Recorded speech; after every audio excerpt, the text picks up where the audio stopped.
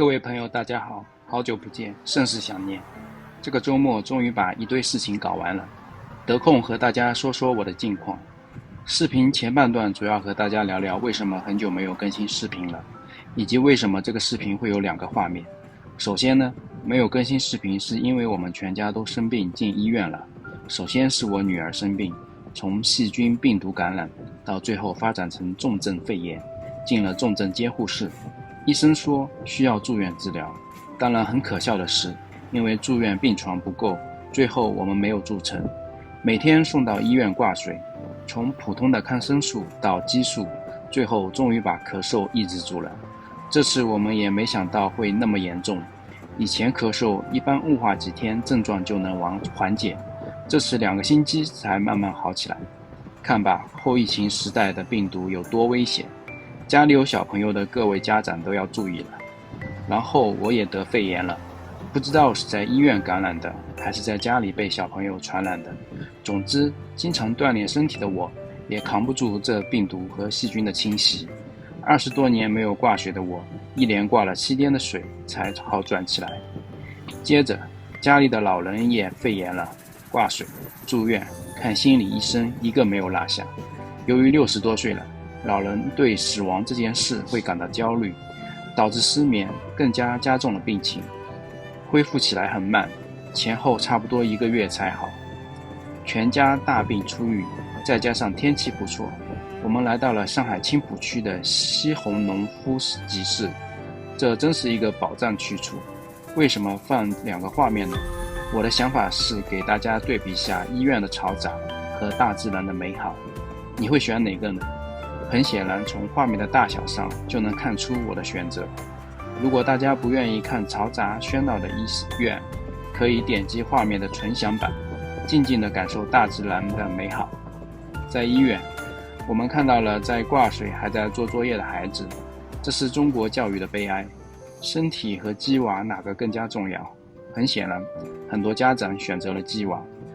我的内心不想我的女儿生病了还在做作业，生病就要好好养病，但是在中国畸形的教育制度下，我也无可奈何。我可能已经看到了几年之后我女儿生病时的样子，右手写字，左手挂水。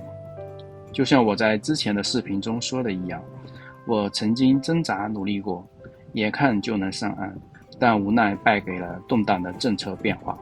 感兴趣的朋友可以点击画面中的弹窗观看。上半年医院的经历让我意识到，即使出不去，也要加强孩子的身体锻炼。希望下半年不去医院了。国外学校的评价标准不仅仅是学业，还有体育运动。华尔街的精英个个体壮如牛，才能应对高强度的工作。这也是正确的对待人生的态度。身体好才能生活好。小朋友最近身体恢复得不错，精神气明显足了很多。在妈妈的帮助下，也上演了烹饪处女秀，做了一道西红柿炒蛋，很应景地纪念了这趟西红柿农夫集市之旅。朋友们感兴趣的话，也可点击屏幕弹窗观看。西红农夫集市比其他付费的公园一点儿也不差。全国现在经济不好，有这样一个免费的好去处，真的要推荐给在上海这边的朋友们。在这里的流动咖啡车里，给小朋友买了他最喜欢吃的冰淇淋。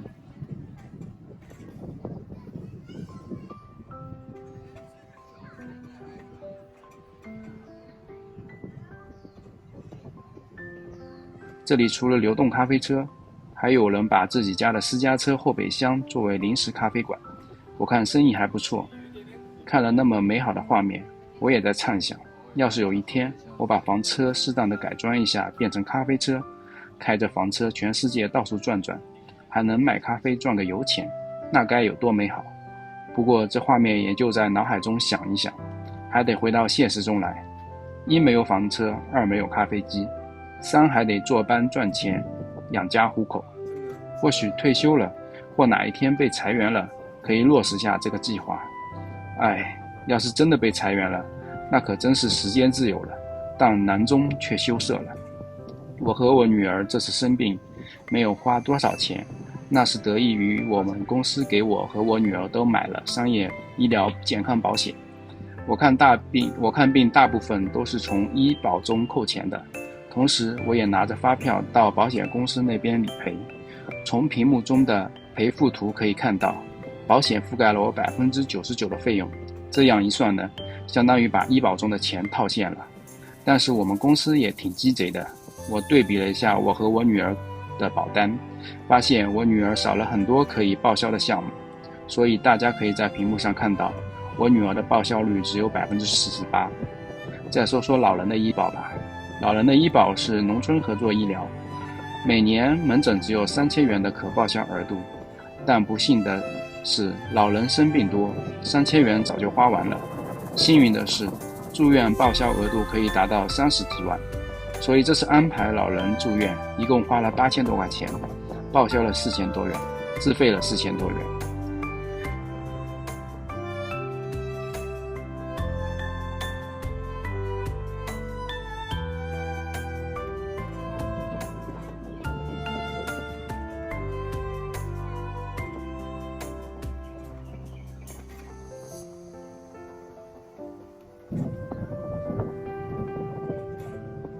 最近上海地铁站发生了恶性伤人事件，没想到后疫情时代，社会治安也是越来越差了。3天2头有人拿着刀报复社会，捅伤无辜的百姓，还有那些开车撞行人的人。我特别瞧不起，也不同情行凶的人。即使你有你的苦衷，你应该把愤怒撒到伤害你的人身上，而不是无辜的人身上。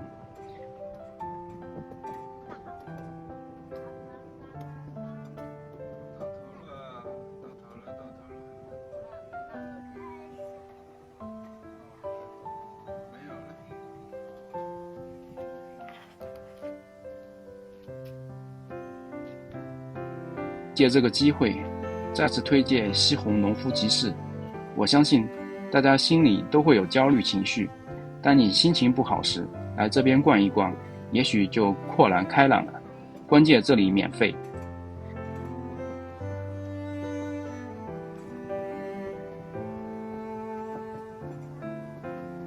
这一次全家生病，我也深刻意识到身体健康的重要性，以及购买商业医疗健康保险的重要性。所以大家有条件的话，一定要买一份商业医疗健康保险，保障自己和家人的安全。人生下半场，珍惜生命，过美好生活。身体健康是前面的一，没有这个一，后面再多的零也没有用。同时做到心态平和，今天比昨天进步一点点，知足常乐。祝福朋友们都有自己美好的生活。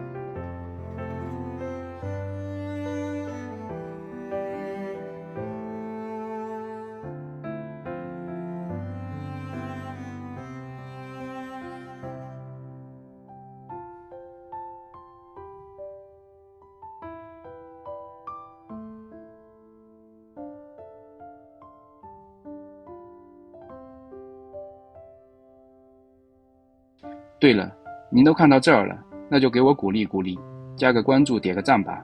谢谢大家，下次视频再见。